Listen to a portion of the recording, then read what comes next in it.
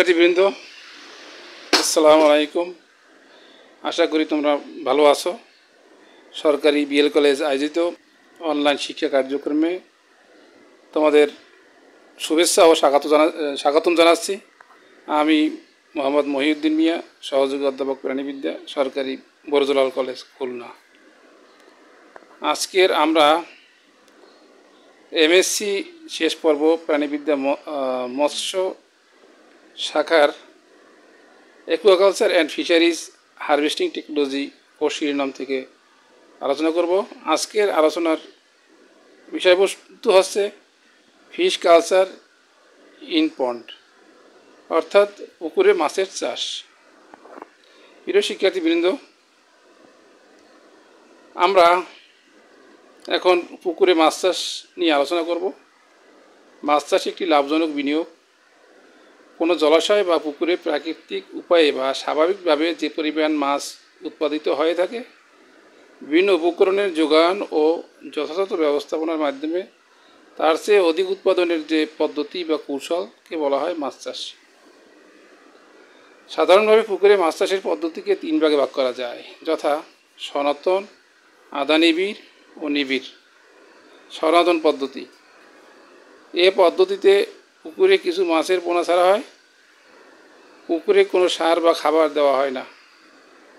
মাটি ও পানির উর্বরতায় পানিতে যে প্রাকৃতিক খাদ্য তৈরি হয় তাই খেয়ে মাছগুলো জীবন ধারণ করে। এ পদ্ধতিতে বিভিন্ন প্রজাতির পোনা সঠিক সংখ্যায় ছাড়া হয় না এবং অন্য কোনো পরিচর্যাও করা হয় না।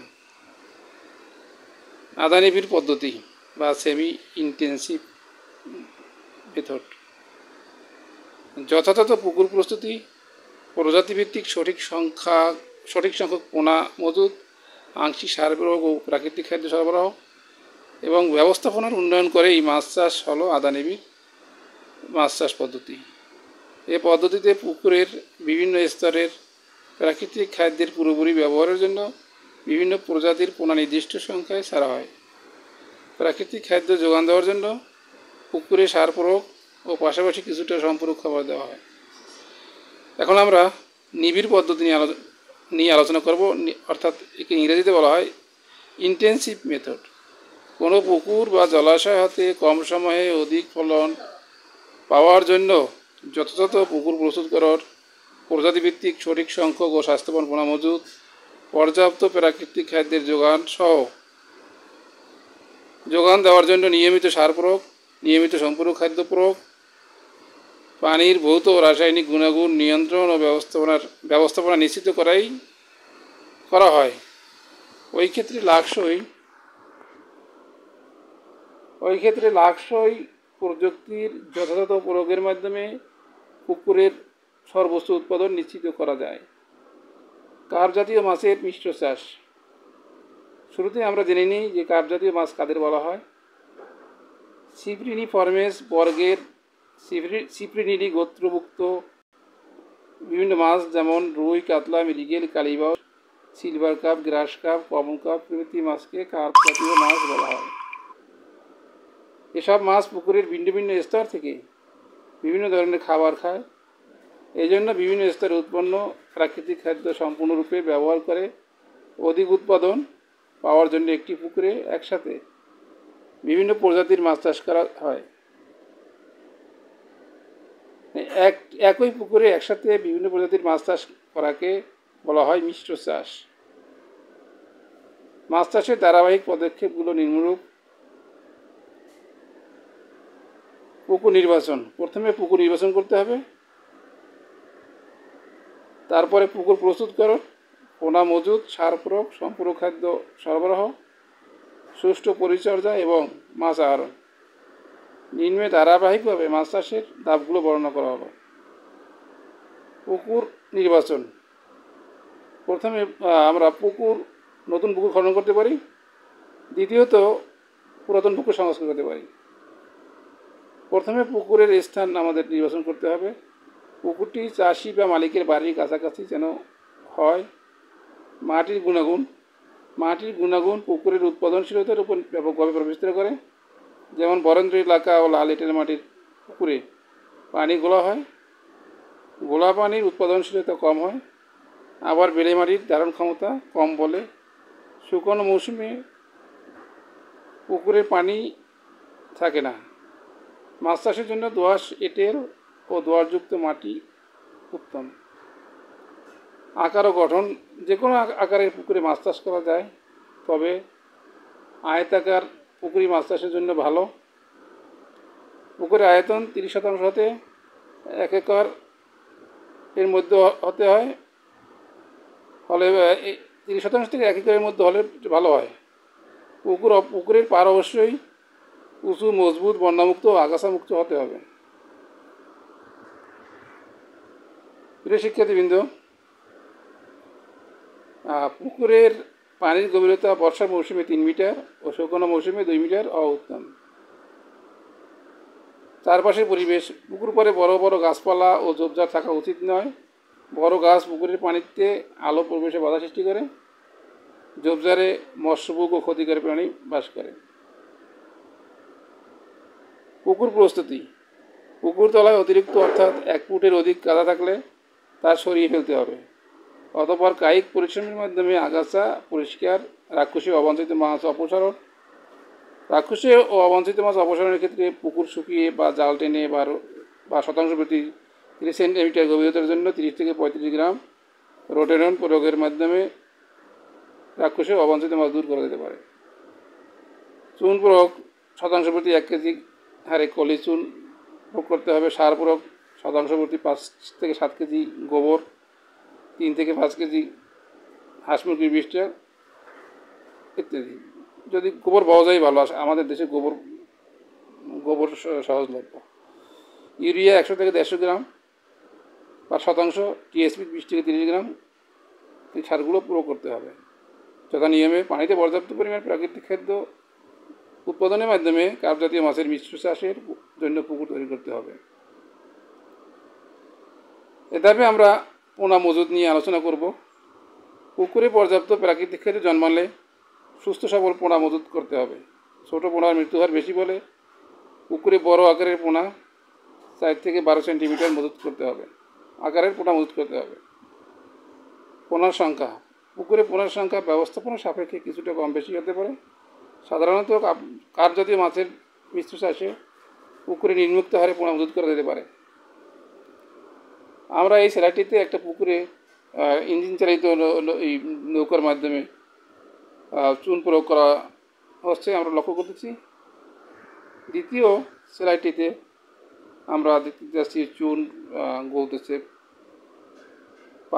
চুন দেওয়ার জন্য, প্রয়োগের জন্য গুলানো হচ্ছে। প্রিয় শিক্ষার্থীবৃন্দ, এখন আমরা যে পোনার যে মজুদ হার সম্বন্ধে আমরা জানব। পোনা মজুদের ক্ষেত্রে আমরা পুকুরের 3টে স্তরের কথা চিন্তা ভাবনা করব। সেই স্তরগুলো হচ্ছে উপরের স্তর, মধ্য স্তর, নিচের স্তর। উপরের স্তরের জন্য আমরা কাতলা ও ব্রিগেড কার্প নির্বাচন করে থাকি। কাতলার সংখ্যা 6টি, শতাংশ প্রতি কাতলার সংখ্যা 6টি, ব্রিগেড কার্প 8টি। মধ্যস্তর রুই 8টি, নিচের স্তর মৃগেল, সিলভার কার্প, মিরর কার্প ও কার্পিও। মৃগেল হচ্ছে 6টি, মিরর কার্প, কার্পিও 2টি, অন্যান্য অর্থাৎ জলজ উদ্ভিদ। তবে কাতলা, ব্রিগেড কার্প হলো উপরের স্তরের, রুই মধ্য স্তরের, মৃগেল ও মিরর কার্প নিচের স্তরের। অন্যান্য জলজ উদ্ভিদ বুঝি গ্রাস কার্প 2টি, রাজপটি 3টি। মোট শতাংশ প্রতি 35টি মাছের পোনা ছাড়তে হবে।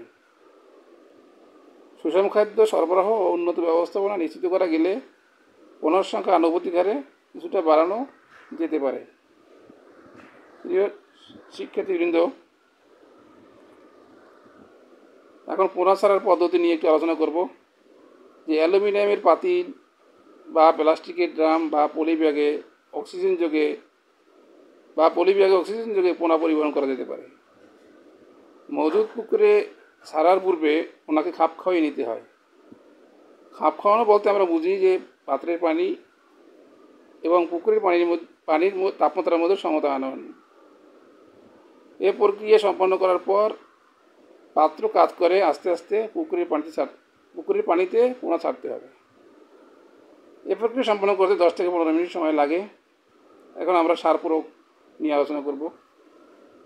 পানিতে প্রাকৃতিক খাদ্যের উৎপাদন অব্যাহত রাখার জন্য পোনা মজুদের পর পুকুরে প্রতিদিন বা সপ্তাহে একদিনের ভিত্তিতে একদিনের ভিত্তিতে মাছ আহরণের পূর্ব পর্যন্ত নিয়মিত সার প্রয়োগ করতে হবে। অধিক উৎপাদন পেতে হলে প্রতিদিন সার প্রয়োগ করা দরকার।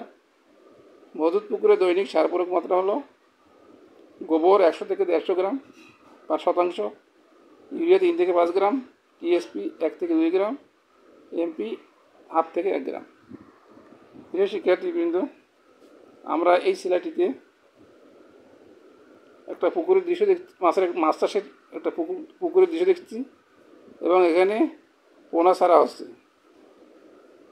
পুকুরে পোনা ছাড়ানো হচ্ছে, খাপ খাওয়ানো হচ্ছে, তারপর পোনা ছাড়ানো হচ্ছে। আমরা এই যে স্লাইডটা দেখতে পাচ্ছি, এখানে বিভিন্ন পুকুরের বিভিন্ন স্তরে যে মাছ আমরা দেখতে পাচ্ছি, সিলভার কাপ, তারপর হচ্ছে কাতলা উপরের স্তর, তারপর রুই, রেবা যে রায়েক মাছের স্তর, তারপর হচ্ছে মৃগেল,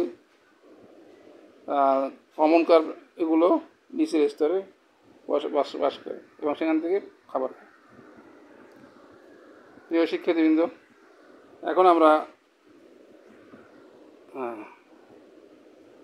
এই যে সার প্রয়োগ পদ্ধতি নিয়ে একটু আলোচনা করব। প্রয়োজনীয় পরিমাণ সার একটি পাত্রে 3 গুণ পানি দিয়ে আগের দিন সন্ধ্যায় 12 ঘন্টা ভিজিয়ে রাখতে হবে। পরদিন সকালে গুলে নিয়ে পুকুরের সব অংশে ছিটিয়ে দিতে হবে। সম্পূরক খাদ্য প্রয়োগ। পুকুরের মাছকে বাইরে থেকে যে খাবার দেওয়া হয় তাকে সম্পূরক খাবার বা খাদ্য বলা হয়। শুধুমাত্র প্রাকৃতিক খাদ্যের ব্যবহারে মাছের পূর্ণাঙ্গ পুষ্টি সাধন হয় না। এজন্য মাছকে প্রতিদিন পরিমিত পরিমাণ সুষম খাদ্য দেওয়া দরকার। নিম্নোক্ত উপাদান দিয়ে মাছের সুষম খাদ্য তৈরি করা যায়, যথা চাউলের গুঁড়া 50%, সরিষার খোল 45%, চিটাগুড় 5%। খাদ্য তৈরির পদ্ধতি। প্রয়োজনীয় পরিমাণ সরিষার খোল কোনো পাত্রে 10 থেকে 12 ঘন্টা ভিজিয়ে রাখতে হয়। ভেজা খোল, কুড়া ও চিটাগুড় একত্রে মিশিয়ে ছোটো বলের মতো বানাতে হবে। সাধারণত সন্ধ্যাবেলায় খোল ভিজানো হয়, সকালে এর সঙ্গে অন্যান্য উপাদান মিশিয়ে বলের মতো বানিয়ে প্রয়োগ করতে হয়। সম্পূরক খাদ্য প্রয়োগের হার।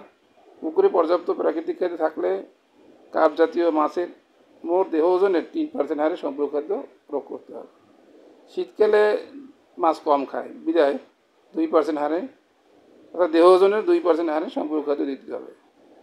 পুকুর থেকে 20 থেকে 25টি মাছ ধরে গড় ওজন থেকে পুকুরে মজুদ মাছের ওজন পাওয়া যায়। তা থেকে মোট প্রয়োজনীয় খাদ্যের পরিমাণ বের করা যায়। এখন আমরা সম্পূরক খাদ্য প্রয়োগ পদ্ধতি নিয়ে আলোচনা করব। প্রয়োজনীয় পরিমাণ খাবার 2 ভাগে ভাগ করে সকাল এবং বিকালে 2 বার দিতে হয়। প্রতিদিন নির্দিষ্ট স্থানে খাবার দিতে হবে। মাটি থেকে 60 সেন্টিমিটার উপরে প্ল্যাটফর্ম তৈরি করা হয়, সেখানে খাবার রাখা হয়। এই একাধিক স্থানে এই প্ল্যাটফর্ম তৈরি করে খাবার একাধিক স্থানে দেওয়া হয়, ফলে খাবারের অপচয় কম হয়। শিক্ষার্থীবৃন্দ, এখন আমরা পরিচর্যা নিয়ে আলোচনা করব। মাছের বৃদ্ধি, স্বাস্থ্য ও রোগবালাই পরীক্ষার জন্য প্রতি মাসে অন্তত একবার জাল টানতে হবে।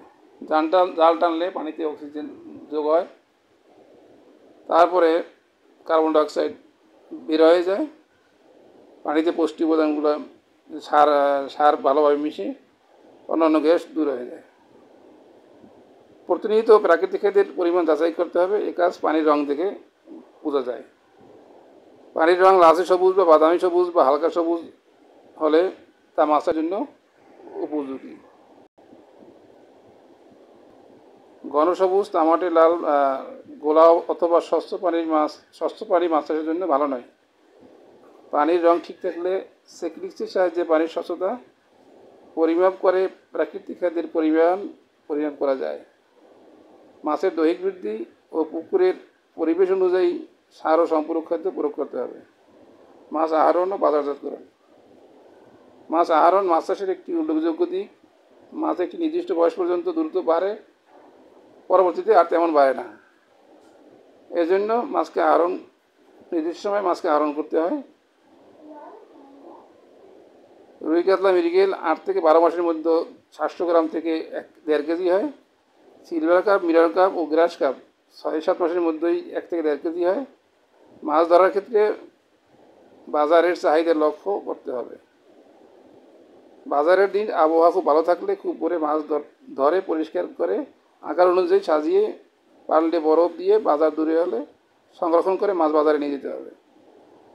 পোনা মজুদের 4 থেকে 5 মাসের মধ্যেই রাজপুটি তৈরি বিক্রি করা অর্থাৎ পরিবারের খাদ্য হিসাবে ব্যবহার করা যেতে পারে। যে সংখ্যক মাছ ধরা হলো তার 15% বেশি পোনা ছাড়তে হবে। অন্যান্য মাছের ক্ষেত্রেও পোনা মজুদের 6-7 মাস পর বড় মাছ ধরে বিক্রি করতে হবে। সেই সঙ্গে বাড়তি 15% সব প্রজাতিভিত্তিক পোনা মজুত করতে হবে, এতে অধিক উৎপাদন পাওয়া যাবে।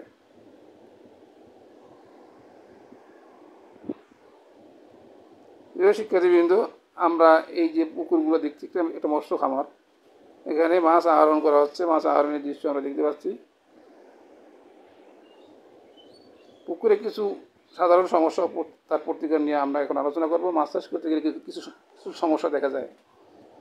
সাধারণত পানির উপরে সবুজ স্তর দেখা যায়। অতিরিক্ত শ্যাওলার জন্য এই অবস্থা ঘটে, ফলে রাতে অক্সিজেনের ঘাটতি ঘটে, মাছ খাবি খেতে পারে।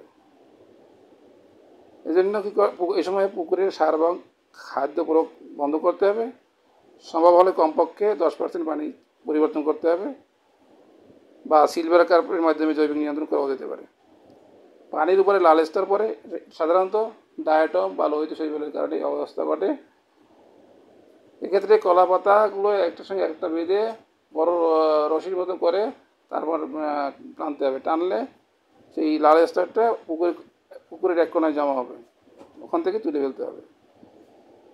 তারপরে গোলাত্ম, বৃষ্টির পানিতে পুকুর গোলাটে হয়ে যেতে পারে।